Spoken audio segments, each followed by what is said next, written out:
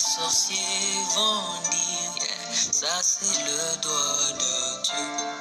Ça c'est le doigt de Dieu. Ça c'est le doigt de Dieu.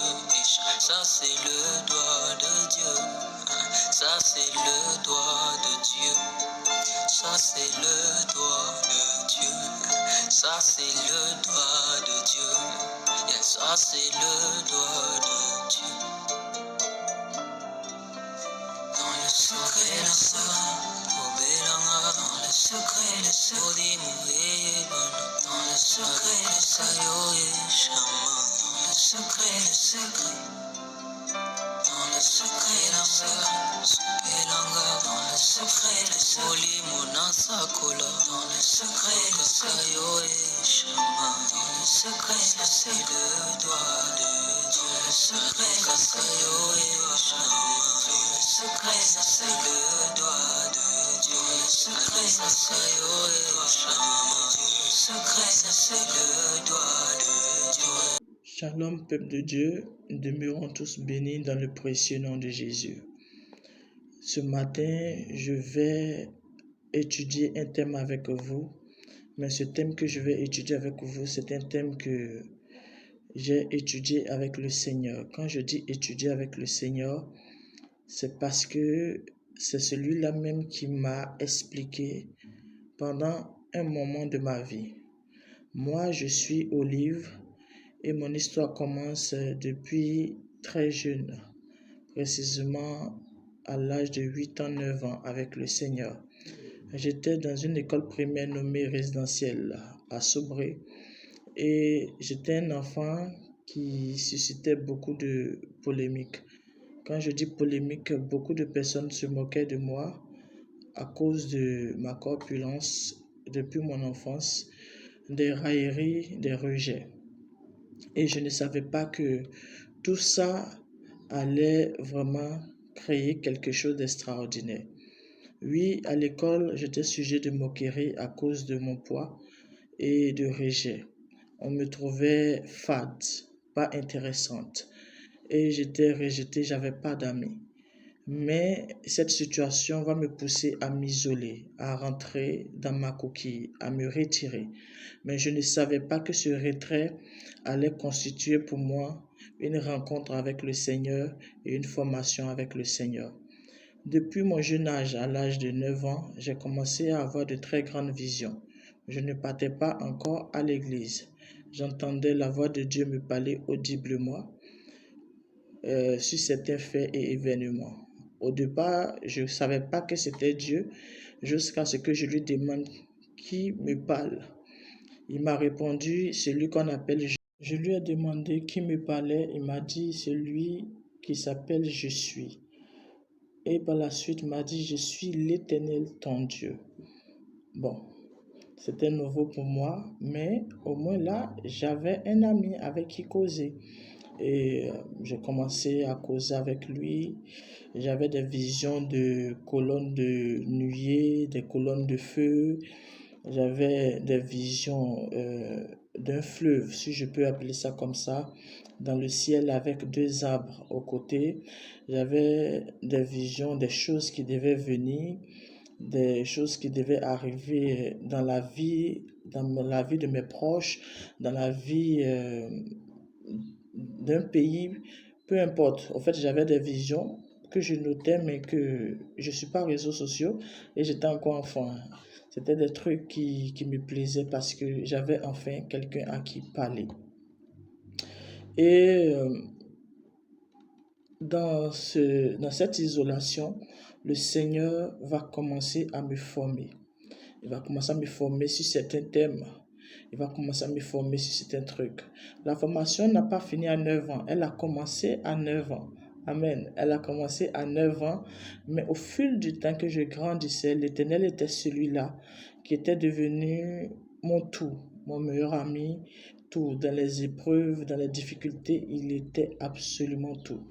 Oui, depuis l'âge de 9 ans, je ne vivais pas une vie comme les autres enfants. C'était vraiment très compliqué pour moi, beaucoup d'épreuves, beaucoup de difficultés, beaucoup de rejets que je devrais encaisser moi-même.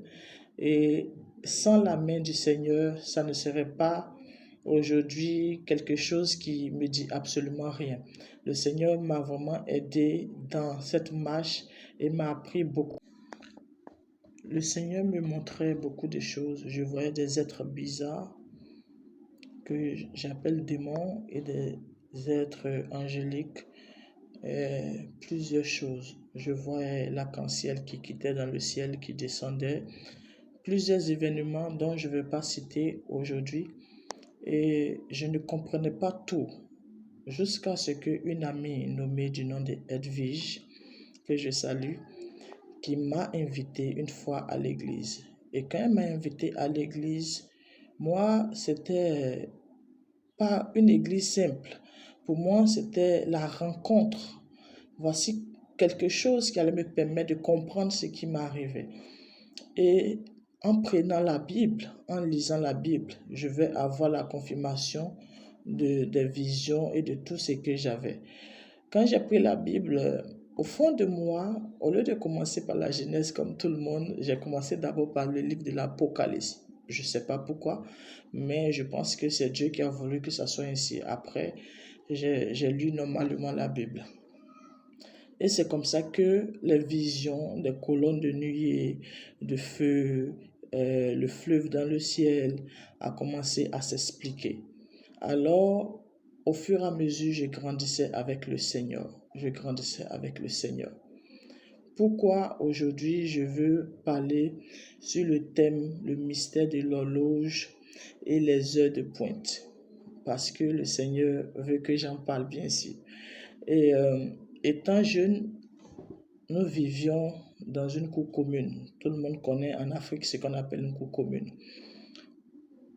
Et dans cette cour commune, les douches étaient à l'extérieur, ils n'étaient pas dans la maison. Oui, avant, les cours communes étaient dehors, les douches, les toilettes étaient dehors. Les toilettes étaient dehors et quand je finissais les cours au primaire, on descendait à 17h et à 17h, il fallait que je rentre. L'école était vraiment très proche de ma maison. Pourquoi j'ai dit tout ça? Vous allez comprendre par la suite. L'école était très proche de ma maison. Il y avait un établissement qu'on appelait la cour des eaux forêts. La clôture de la cour des eaux forêts séparait notre maison. C'est-à-dire notre maison avec la cour des eaux forêts était séparée par la clôture. Vous allez comprendre plus loin pourquoi je donne tous ces détails. Et je venais me laver. Et je constatais que chaque fois que je me lavais, à partir de 18h. Ça, je ne peux pas oublier parce que c'était l'heure que j'allais me laver. Je ne voulais pas me laver le soir parce qu'il n'y avait pas la lumière dans les douches. Donc, chaque fois que je partais me laver, je constatais que je voyais des trucs bizarres qui sortaient, qui passaient, qui circulaient. Le premier être que j'ai vu, c'était un homme, mi-cheval, mi-homme, qui est passé. J'ai été effrayé. J'ai renversé le seau d'eau sur moi, j'ai fui. La seconde fois, j'ai vu des êtres un peu bizarres qui passaient tout et tout. Et j'ai constaté que chaque fois à ces heures, ces esprits passaient. Alors, je dis, je ne me lave plus à 18h, je vais me laver plus tôt. Donc, quand je descendais de l'école à 17h, dès que j'arrive, ma première préoccupation, c'est d'abord aller me laver. Et c'est là que les choses vont commencer. Quand je finissais de me laver, j'avais pour habitude d'aller m'arrêter au grand portail de la cour. Et c'est là que Dieu va me montrer des choses horribles. Je voyais chaque fois à 18h, 18h pile. Je prenais ma montre, je regardais, 18h pile. Je voyais des esprits. Maintenant, comment est-ce que je les voyais? Je voyais des gens qui passaient, des hommes qui quittaient au travail, des femmes qui descendaient du marché. Mais je constatais une chose. Il y avait des esprits qui avaient comme des déchets qui prenaient pour papier sur les gens. Il y avait des esprits qui avaient creusé dans la poche des gens. C'est comme le finance descendait. Il y avait des gens qui avaient des dossiers en main. Et ces dossiers, ces esprits étaient en train de faire des dégâts et ils se moquaient. Chaque fois, c'était comme ça. Au fur et à mesure que je grandissais, chaque fois, c'était comme ça. Et chaque fois que le scénario arrivait, j'étais pétrifiée. Souvent, les gens viennent me taper, mais qu'est-ce qui s'est passé? Je dis, mais vous ne voyez pas ce qui se passe? Regardez, on dit, toi, tu es folle. C'était encore les moqueries, tout et tout. Mais chaque fois, le scénario se présentait à 18h. À 18h, je voyais ça constamment, que je sois devant le portail, que mes parents m'aient envoyé à la boutique, le scénario se présentait à chaque moment, jusqu'à ce qu'une fois, j'ai eu l'impression qu'un esprit voyait que je le voyais au fait. J'ai eu l'impression, parce qu'il est resté tranquille, il m'a regardé, et puis après, il a continué ce qu'il était en train de faire avec l'humain. Il y a d'autres qui chicotaient les gens, il y a d'autres qui trouaient, qui transperçaient le crâne des gens. En fait, des trucs horribles, des trucs horribles. Mais je ne comprenais pas toujours. Je priais pour que Dieu cesse ses visions. Mais je ne savais pas que c'était pour me former et m'expliquer quelque chose. Amen. Et c'est là que nous allons rentrer dans le sujet. Avant toute chose, j'aimerais m'arrêter pour dire à une personne qui m'écoute, il faudrait que tu partages ça à des groupes, à des personnes, à des amis, à toute personne. Il faudrait que cette vidéo et ces informations aillent le plus loin possible pour pouvoir aider des chrétiens, des personnes qui prient et qui ne comprennent pas beaucoup de choses. Et c'est là que les choses vont commencer à aller. J'ai commencé à voir des signes dans le ciel, des cercles, des trucs comme des étoiles. Il y a des gens qui vont comprendre ce que je dis, comme des paillettes. Et dans ces paillettes, plus j'observais ces paillettes, je constatais que chaque paillette s'ouvrait et expliquait une histoire.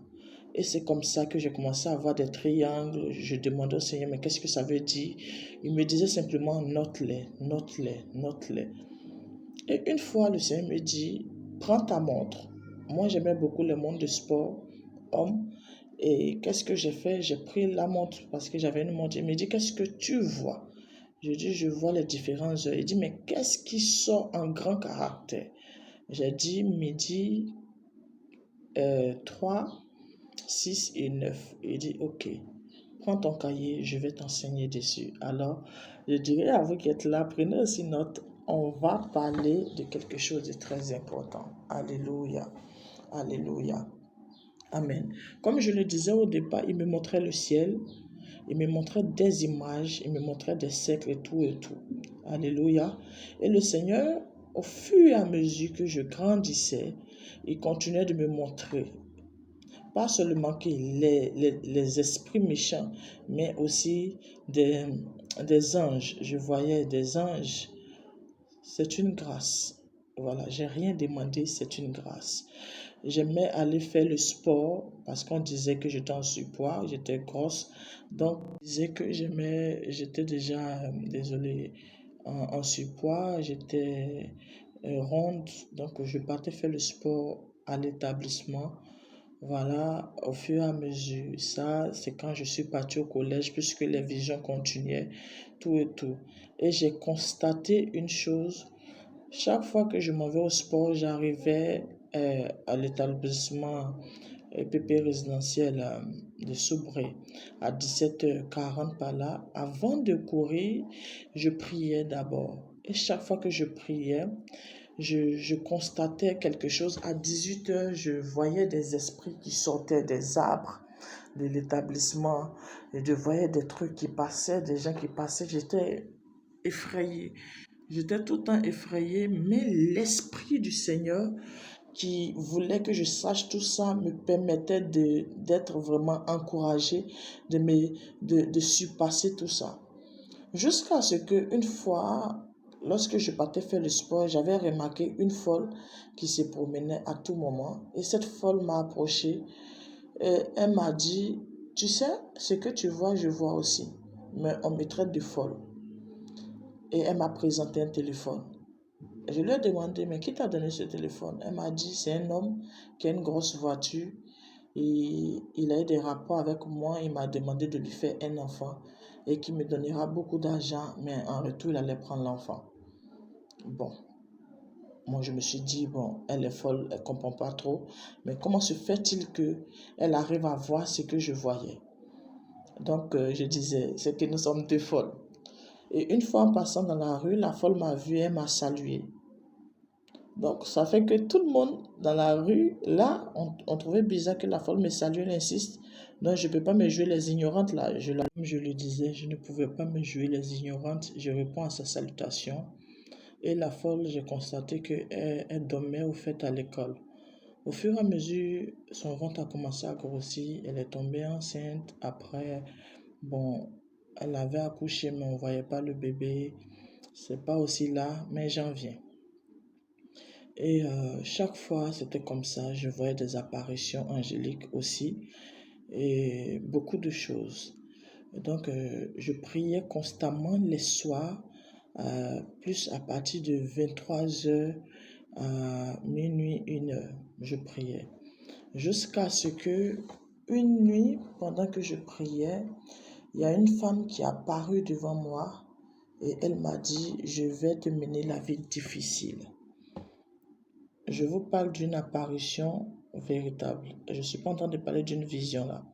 Quelqu'un m'a apparu, m'a dit, je vais te mener la vie difficile, que depuis ton enfance, on a voulu que tu meures, mais sache qu'on va te mener la vie difficile. Et par la suite, qu'est-ce qui s'est passé?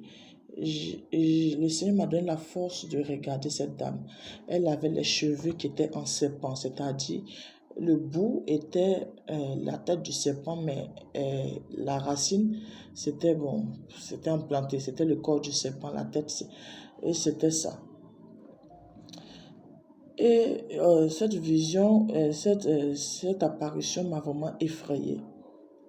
Ça faisait que j'avais peur de dormir les soirs.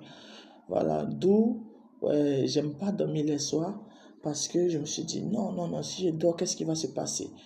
Mais au fur et à mesure, en lisant la parole, en priant, en m'accrochant à l'Éternel, le Seigneur m'a permis d'aller au-delà de ça. Et j'ai constaté que chaque fois que je priais à minuit, jusqu'à 1h, 2h, 3h, ça dépendait. Je voyais qu'il y avait une forte manifestation et des esprits qui apparaissaient ou des choses bizarres qui se passaient. Ou sur le toit, il y avait des trucs qui marchaient. En tout cas, chaque fois, il y avait quelque chose de bizarre.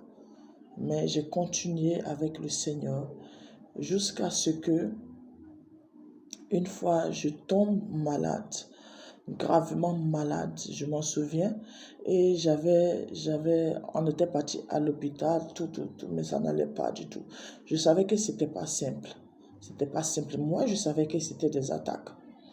Donc, il y avait un groupe de chrétiens qui sont venus me visiter, ils ont causé, mais je ne pouvais même pas sortir parce que j'avais froid. Ils avaient mis 3 draps sur moi. En ce moment, j'avais un Beskla, comme on le dit, un Jomlo. Et c'était Nokia, la marque Nokia. Ce n'était pas un iPhone. Voilà, en ce moment, je ne sais pas si ça existait parce que je n'avais pas. Et je souffrais véritablement. Et mon téléphone s'est mis à vibrer. Mais chose qui va me dépasser, sur l'écran de l'appel était écrit Jésus-Christ. Jésus, le tiret, Christ. Je me rappelle pas avoir enregistré un nom comme ça. Alors j'ai laissé sonner, ça sonne, j'avais peur. Je me dis, mais qu'est-ce qui m'arrive? Je suis en train d'halluciner. Mais je voyais très bien ce qui se passait. Le nom Jésus-Christ était apparu sur mon écran, ça sonnait. Mais j'ai préféré attendre jusqu'à ce que la sonnerie s'arrête. Quand c'est arrêté, automatiquement, j'ai fouillé dans la liste de répertoire, je n'ai vu aucun numéro affiché, absolument rien. Et là, sur le champ, la maladie avait disparu. La maladie avait catégoriquement disparu. Comme je le disais, j'aimais beaucoup prier les soirs. Les soirs, 23h, minuit, 1h, 2h du matin. Et dans la méditation, un moment, je priais pour un sujet, mais le sujet a tellement duré, je n'avais pas d'accomplissement. Et une fois, le Seigneur me dit, tu sais, je vais te donner encore une autre information sur le mystère qui cache l'horloge. Tu veux avoir des réponses, commence à prier à partir de 15h. Vous comprenez? Commence à prier à partir de 15h. Or, j'avais déjà un cahier dans lequel je notais absolument tout. Tout ce que le Seigneur me disait. sur les esprits des eaux, sur les sirènes, les différents types de sirènes, sur la délivrance, sur la restauration. Je copiais absolument tout. Et il me dit, Olive, plusieurs personnes aujourd'hui ont des pères spirituels, mais moi, l'Éternel, je veux te former. Je veux t'enseigner. Et ce que je te dirai, je veux que tu les gardes. Il arrivera un moment où tu ne dois plus mettre les choses sur papier, mais je veux que tu les gardes et je t'aiderai à garder ces choses jusqu'à ce que quand le temps soit venu, je te donnerai l'ordre de l'annoncer.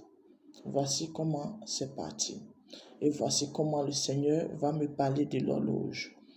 Au départ, j'ai parlé de la terre. Il m'a montré la terre. Et il m'a dit, regarde le globe. Comment est la terre? J'ai dit, la terre est ronde en fonction de ce qu'on nous montre. Il m'a dit, penche-toi sur l'équateur et sur la ligne qui divise, c'est-à-dire qui va du pôle nord au pôle sud. C'est ce que j'ai fait. Pour vous dire, je ne suis pas très bonne en maths. Je ne suis pas bonne du tout en maths. J'aime pas les géométries. Oui, vous pouvez demander à mon entourage, pas du tout. Donc là, on va faire avec. Ceux qui sont beaucoup plus forts vont essayer d'examiner ça. Amen. Et vous allez voir que l'image du globe, vous allez prendre pour vérifier. Vous allez voir qu'il y a une ligne qui quitte du pôle nord au pôle sud et le pôle d'en bas, les deux pôles, il y a une ligne qui la traverse et il y a l'équateur. Et ça forme comme une ligne perpendiculaire, si on peut dire ça comme ça. Par la suite, il me dit, prends une boussole. Donc, qu'est-ce que je fais? Je demande une boussole à l'école et je vois. Il me dit, qu'est-ce que la boussole te montre? Il dit, la boussole me montre le nord, le sud, l'est et l'ouest. Il dit, fais ce dessin et ne l'oublie pas. C'est ce que j'ai fait. Par la suite, le Seigneur me dit, prends ta montre. Et il dit, ok Seigneur. Et je prends la montre. Il me dit, regarde les heures phares qui sont notées en gras. Quelles sont les heures phares qui sont notées en gras? J'ai dit l'heure de midi, 15h, 6h et 9. Oui, on peut dire ça comme ça. 12h, 3h, 6h et 9. Et c'est comme ça que j'ai noté, comme il me l'a demandé. Il m'a dit, tu vois, ces trois éléments ont quelque chose en rapport. Amen. Il dit, tu vois, l'image de la terre représente un rond. Et l'équateur avec la ligne qui quitte sur les différents trucs forme une perpendiculaire. Et c'est cette image qui a été retransmise. Sur l'horloge, également sur la boussole. Je parle dans un français vraiment très simple, puisque c'est ce que je maîtrise. Donc, désolé pour ceux qui sont trop. Je parle dans le français que Dieu me permet de parler. Amen. Et voici que le Seigneur va me dire que tout ce que la terre représente, plusieurs ont vu et l'ont retransmis. La boussole est censée nous orienter. Mais vous allez constater que dans la montre, l'aiguille de midi, c'est-à-dire l'aiguille principale, lorsqu'il est midi, est comme une boussole aussi. C'est-à-dire, la montre est un instrument qui nous permet de mesurer ou de gérer le temps. Et vous allez constater que la montre peut être modifiée, réglée, régularisée par l'homme, la mettre dans le sens qu'il veut. Si c'est à midi, tu peux mettre à 15h. Au fait, ça dépend de ce que tu veux faire. Nous sommes à l'image de Dieu. Et ici, Dieu nous montre que de la même manière que nous les hommes, nous pouvons changer le temps à notre guise, comme nous le voulons. Je parle de la montre. C'est ainsi que lui, Dieu, le temps obéit à l'Éternel. Il peut le gérer comme il veut, comment il veut, quand il veut. Et nous allons voir que La boussole est censée nous orienter vers une direction, la direction vers laquelle nous voulons. Et cette boussole va montrer différentes orientations qui, si tu traces des lignes, va former aussi une perpendiculaire dans un cercle. Le nord, le sud, l'est et l'ouest. Si tu dois relier les différentes lignes avec les lignes droites, elles feront une perpendiculaire dans un cercle. Quand nous prenons le midi, 15h, 18h, 9h, 21h, on va prendre ça comme ça, le chiffre midi, 3, 6 et 9. Vous allez également, si vous voulez relier, ça va former une perpendiculaire dans un cercle. Tout ça là qui équivaut à l'image de la Terre avec cette même perpendiculaire, si on peut dire ça comme ça. Et le Seigneur va me faire comprendre une chose. Il va me dire, il y a des heures stratégiques pour vous, mes enfants, qui parlent beaucoup en votre faveur, mais que beaucoup de personnes ignorent. Aujourd'hui, beaucoup de personnes se basent plus sur l'heure de minuit. Mais l'heure de minuit n'est qu'une partie de la chose. Le reste vient par la suite. Je n'ai pas un tableau pour expliquer, mais vous qui suivez actuellement, prenez une boussole, prenez la carte de la Terre et prenez une montre et essayez de représenter le cercle, les droites perpendiculaires pour ceux qui suivent. On continue. Et le Seigneur me dit, tu vois, c'est pas en vain que les gens ont noté midi, 3, 6, 9 en écriture gras. C'est pas en vain. Les gens ne disent pas toute la vérité, mais voici la vérité qui est cachée derrière. Ces différentes heures que tu vois sont des heures doubles. Qu'est-ce que je veux dire par heure double? Quand nous prenons midi, son heure double est minuit. Quand nous prenons 3 heures, son heure double est 15 heures. Quand nous prenons 6 heures, son heure double est 18 heures. Quand nous prenons 9 heures, son heure double c'est 21 heures. Ainsi de suite pour les autres, mais c'est sur les 4 que le Seigneur a voulu que son peuple comprenne ce qui se passe. Aujourd'hui, tous disent que minuit est l'heure phare, l'heure où c'est la rentrée des portes, tout et tout. Aujourd'hui, je vais essayer de façon brève expliquer la chose. Et je dis de façon brève parce que je fais avec les moyens que j'ai, mon téléphone à main me filmant. Et là déjà, je me sens déjà fatigué, mais je pense que le Seigneur va faire. Amen. Ce sont des heures doubles. Alléluia, des heures doubles. Quand nous prenons le livre de Matthieu 14, le verset 25, nous savons que la Bible nous parle de la 4e veille de la nuit, qui équivaut à 3 heures du matin de chez nous. Quand nous prenons également aussi Matthieu 27, le verset 47, lisez, vous allez comprendre que aussi il y a des heures qui sont données. Alors le Seigneur me dit, Olive, note ceci, la 6e heure équivaut à 12 heures de maintenant. La 3e heure équivaut à 9 heures du matin de maintenant. Et la 9e heure équivaut à 15 heures du matin, c'est-à-dire à 15 heures l'après-midi. Et ce que je fis, il me dit, regarde ce qui se passe. Voilà comment les esprits travaillent dans le monde spirituel. Tu vois, la 6e heure qui équivaut à 12 heures a été le temps où j'ai été arrêté.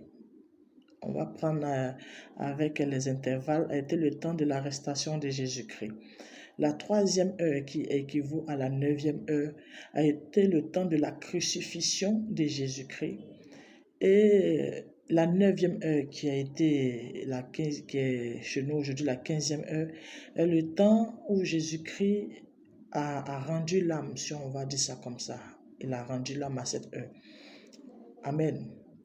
Et le Seigneur voulait me faire comprendre quelque chose. Il me dit, mais il va rester une heure qui n'a pas été donnée, qui est le chiffre 6. Il dit, oui Seigneur. Il dit, je t'explique maintenant qu'est-ce qui se passe dans le monde spirituel. Amen. Suivez avec moi. Je me permets de lire. Amen. Il dit midi. Midi, avant de commencer à midi, déjà, on va essayer de faire avec. Midi, c'est... Je continue, je fais un résumé.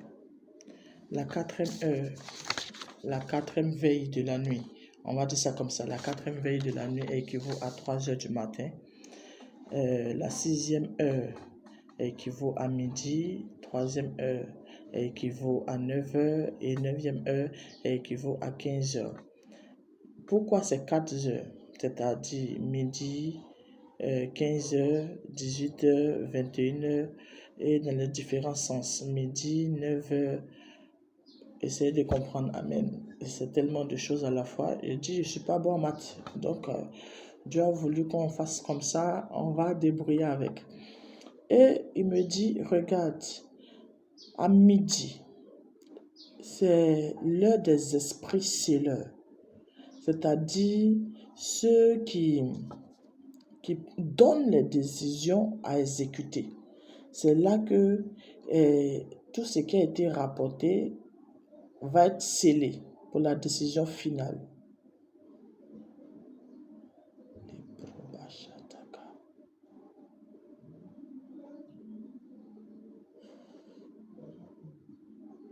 Pendant que je fais cette vidéo, je reçois des attaques. Je continue dans un instant. Nous continuons. À midi est représenté par les esprits scelleurs. Et nous constatons que à 15 heures, les esprits qui doivent exécuter ce qui a été scellé. À 18 heures, nous avons les esprits espions. Voilà pourquoi, je vous ai dit précédemment, je voyais des esprits qui suivaient les gens, qui les attaquaient, qui salissaient leurs documents, leurs dossiers. Ils commencent déjà à travailler à partir de 18 heures. 18 heures, remarquez, il y a déjà une descente de tout le monde. Tout le monde est pressé, chacun veut rentrer chez lui à la maison. Il n'y a pas quelqu'un qui a en tête de prier. Alors les esprits commencent à attaquer fortement. Il y a des esprits espions qui se promènent partout sur le territoire, qui accompagnent les gens dans leurs différents coins. Le Seigneur me dit à 18 heures, c'est le déchaînement des esprits espions. À 21 heures, qui représente le chiffre 9, c'est le temps des esprits rapporteurs. Quand les esprits espions ont fait les choses, ont espionné, ils ont tout fait, ils rapportent ce qu'ils ont eu comme information de votre quotidien, de ce que vous faites, de ce qu'ils ont gâché. Ils rapportent ça aux esprits rapporteurs à 21 heures. Et les esprits rapporteurs à 21 heures, qu'est-ce qu'ils vont faire? Ils vont analyser ce que les esprits espions ont envoyé. Et après avoir analysé, vont apporter le rapport aux esprits exécuteurs à midi, qui est minuit. Voilà pourquoi minuit au soir est une heure où toutes les informations, tous les trucs qui doivent être faits sont déjà scellés. Si vous devez être sacrifié, vous devez avoir quelque chose, tout c'est celle-là. Maintenant, de minuit à 3 heures du matin, il va avoir les informations, c'est-à-dire l'ordre qui sera donné pour exécuter, pour l'exécution. Voilà pourquoi Christ a donné l'exemple sur lui. Il a dit à la 6e heure, qui représente midi, il fut arrêté. Mais qu'est-ce qui va se passer? Ils vont le crucifier à la 3e heure, qui est 9 heures chez nous ici. Amen. Qui est 9 heures chez nous ici. Et il va rendre l'âme, c'est-à-dire à 15 heures. Et les ténèbres vont s'emparer. Alors, il m'a dit, tu sais, voici comment ça travaille. Aujourd'hui, les chrétiens se basent plus sur l'heure de minuit. Alors, moi, je prie de 23h à 1h du matin, de minuit à 2h, à 3h. C'est pas mauvais. Mais aujourd'hui, le diable travaille dans c'est-à-dire, vous allez voir que sur les montres, il y a un miroir. Et le miroir est censé refléter ce qui est en face. Mais vous allez voir que ça reflète 12, 15, 3, 6 et 9. Or, en réalité, il y a les heures qui sont cachées derrière, qui est 9, qui est minuit, qui est 3 heures du matin, qui est 18 heures et qui est aussi 21 heures. Mais aujourd'hui, les gens s'occupent plus du côté soir et laissant la journée. Il dit, regarde, à partir de midi, les gens ont une forte migraine, tous sont pressés à rentrer chez soi, à manger ou à faire quelque chose. C'est une heure où tout ce qui a été fait en journée doit être scellé. Son heure inverse, c'est-à-dire son heure double, est minuit. Midi équivaut à minuit. Et midi est une heure où tout a été scellé également. Mais combien de chrétiens qui prient à minuit, à midi? Pratiquement pas beaucoup. Combien de chrétiens qui prient à midi? Combien de chrétiens qui prient à 18 heures? 18 heures, tout le monde descend. Chacun est pressé de rentrer chez lui à la maison. 18h30, tout ça, tout le monde. Or, les esprits espions ont été relâchés. Combien de chrétiens qui prient à 15 heures? 15 heures devient un temps où il fait chaud, ou soit on est au boulot. Il dit que ce sont des heures stratégiques que le diable a vues, et lorsqu'il a instauré les activités, ce sont des heures auxquelles des chrétiens ne peuvent pas prier, parce que l'homme monte au travail à 7 heures. Donc pour aller au travail à 7 heures, il faut qu'à 6 heures déjà, à 6h30, il soit prêt en préparatif. Il ne sera pas en train de prier. Déjà, l'esprit espion à 6 heures commence à le suivre. À 9 heures, il est en plein travail. Il ne peut pas prier. Or, à 9 heures, qu'est-ce qu'il va faire? Les esprits rapporteurs vont rapporter tout ce qui se passe. Si ton travail que tu es en train de faire, c'est bien, il faut qu'on donne pour... Qu'est-ce qui est ta faiblesse? Tout, ils vont commencer à taper dessus. À midi, tu dois prendre ta pause pour manger. Tu n'as pas le temps de prier véritablement. À midi, tout est scellé. À 14h30, tu reprends le travail, ce qui équivaut à dire à 15h, tu ne peux pas prier. À 15h, c'est là que l'exécution se fait. Et voici comment ça tourne. Ça tourne. Et le chrétien se base si, non, je vais prier de 23h à minuit. Depuis que je prie de 23h à minuit, oui, de 23h à minuit, c'est bien. Mais ce sont 4 heures phares. J'ai parlé de heures de pointe. Ce sont 4 heures phares. Ce n'est pas facile pour moi de faire cette vidéo parce que pendant que je suis en train de faire cette vidéo, je reçois des attaques. Je reçois des attaques terribles. J'ai très mal à la tête. J'ai très mal actuellement. Il est 12h44. J'ai très mal actuellement à la tête. Alléluia. Mais que le nom... Amen. Amen. Donc le Seigneur est en train de me faire comprendre. Mais en plus de me faire comprendre, il a fait changer mon emploi du temps. Alors, j'aimerais dire à quelqu'un qui prie beaucoup, de prier beaucoup aussi à 15 heures. À 15 heures, Christ a été crucifié. Dans l'intervalle de 15 heures, il a dit tout est accompli. À 15 heures, le voile s'est déchiré depuis le haut jusqu'au bas. Amen. Depuis le haut jusqu'au bas. Voilà pourquoi la plupart des prières faites dans les environs de 14h30 à 16h30, incluant l'heure de 15h, le Seigneur m'a fait comprendre que ce sont des temps de prière où il y a une facilité d'exaucement. Aujourd'hui, la société sait ce qui se passe. Cette information, je ne l'ai pas tirée quelque part. Je l'ai reçue depuis mon jeune âge. La société sait ce qui se passe. Regardez bien, toutes ces heures que j'ai citées sont des heures qui ne sont pas des heures à laquelle les chrétiens peuvent prier. Que tu travailles, que tu sois commerçant, ce ne sont pas des heures à laquelle l'esprit vous pousse, votre esprit vous pousse à prier. À midi, tout le monde pense à manger. À midi, à 18h, tout le monde cherche à vite ranger ses choses pour rentrer à la maison. À 21h, bon, pour ceux qui veulent dormir, peut-être à 21h. Et à 15h, encore plus. Qui prend son temps à prier à 15h? Donc le Seigneur est en train de me faire comprendre, voici la stratégie.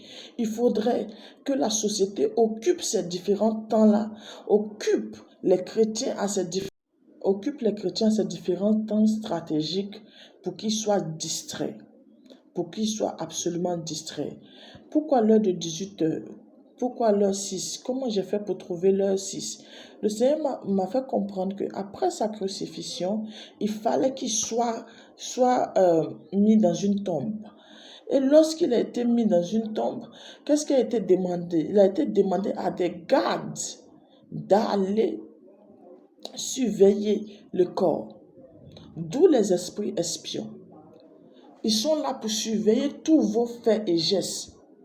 Si vous avez convoité, si vous aimez trop l'argent, si vous aimez trop. Voilà pourquoi la plupart des songes ou des trucs que nous faisons, nous devons faire très attention. Parce que le diable nous fait aussi rêver. Nous fait ce que tu convoites, il t'amène ça sous forme de songe, te faisant croire que Dieu est en train de te montrer, mais ce n'est pas forcément le cas. Il y a tellement de stratégies,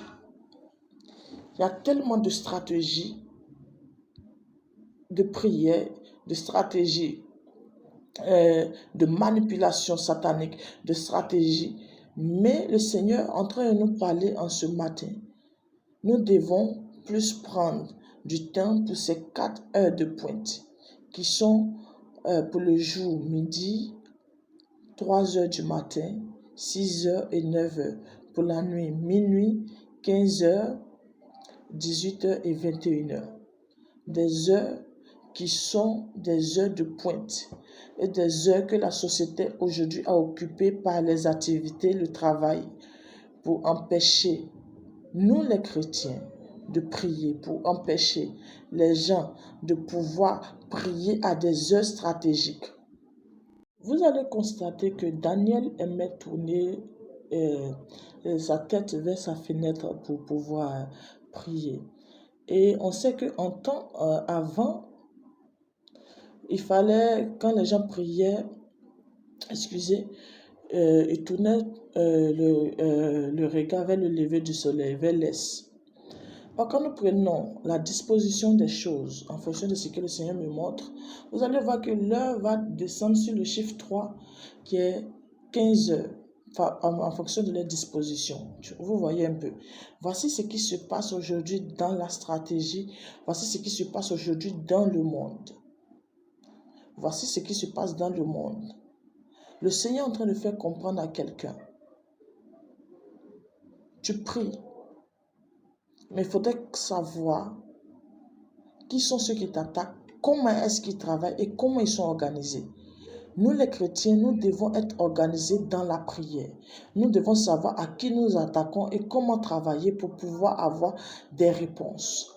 Et aujourd'hui, je viens par cette vidéo vous donner au moins une partie, si je peux dire ainsi, de certaines informations que j'ai eues. Et l'information est la suivante. Le diable ne travaille pas en désordre. Il travaille avec un plan bien précis. Nous, les chrétiens, nous devons travailler aussi avec un plan bien précis. Midi, 3 heures, 6 heures et 21 heures, 16 heures doivent vous parler et vous devez véritablement prendre cela au sérieux. Je vous lance au défi. Toutes ces personnes qui vont commencer à prier à ces heures, peu importe le sujet, venez écrire dans les commentaires qu'est-ce qui se passe. Vous allez constater une forte manifestation de la puissance de Dieu. Et en plus de cela, vous allez constater beaucoup d'attaques aussi. Le diable sait que ce que vous êtes en train de faire est en train de le gêner. Alors j'exhorte toute personne qui m'écoute en ce moment de prendre ces heures et de commencer à travailler avec ces heures. J'ai essayé de condenser tout parce que si on veut rentrer avec tous les détails, je ne pense pas pouvoir finir aujourd'hui. Que la main de l'Éternel soit sur vous. C'était la servante de Dieu Olive sur le thème le mystère de l'horloge et les heures de pointe. Et nous avons trouvé 4 heures de pointe qui ont été planifiées et qui jouent un rôle très important dans la vie de l'homme et de tout ce qui se passe. Même quand vous prenez dans le livre d'Apocalypse, ce n'est pas en vain que l'Éternel a dit que les anges sont postés aux 4 coins de la terre. Soyez vigilants, observateurs, et surtout que le Seigneur vous bénisse. Demeurez bénis. C'était la servante de Dieu Olive, le ministère de la puissance de feu. Shalom. Que Dieu veille sur vous. Comme conclusion, j'aimerais dire à une femme qui m'écoute, à un homme qui m'écoute, à une personne qui cherche le Seigneur, à ne pas négliger ce que j'ai donné en ce jour. Il faille que tu partages avec quelqu'un. Il faille que tu partages à un groupe chrétien. Il faille que tu partages entre vous. C'est très important.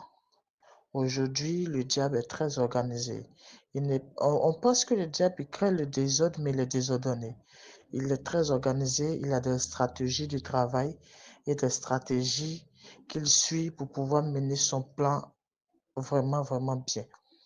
Vous voyez, aujourd'hui, concernant la mondialisation, c'est quelque chose qui a été préparé depuis longtemps. Aujourd'hui, l'euro numérique, c'est quelque chose qui a été préparé depuis longtemps. Mais aujourd'hui, on constate qu'il commence à avoir l'aboutissement.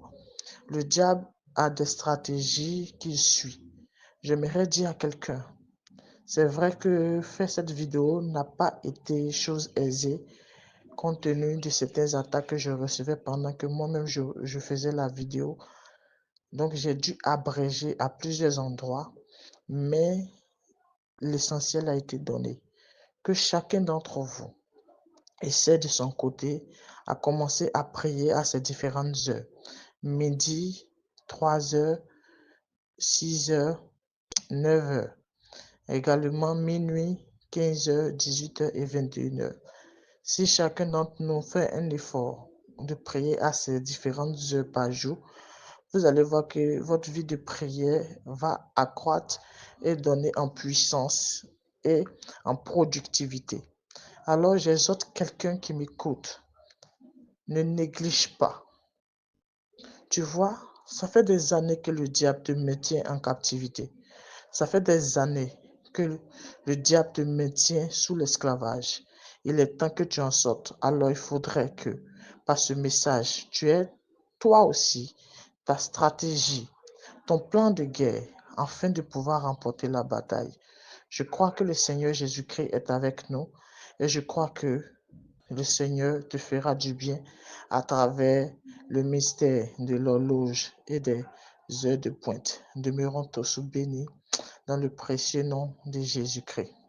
C'était un peu la conclusion que je voulais apporter et j'aimerais dire à quelqu'un, quel que soit l'état de ta situation, Dieu est le maître du temps. Il est celui qui contrôle le temps. Et quel que soit ce que l'aiguille indique aujourd'hui de ta vie, quel que soit ce que les minutes indiquent de ta vie, Jésus-Christ, qui est celui qui domine le temps, peut changer ton histoire, peut changer ta destinée et va changer. Mais il faudrait que tu aies un plan et que tu suis ce plan. Avec Christ, nous sommes plus que vainqueurs. Shalom.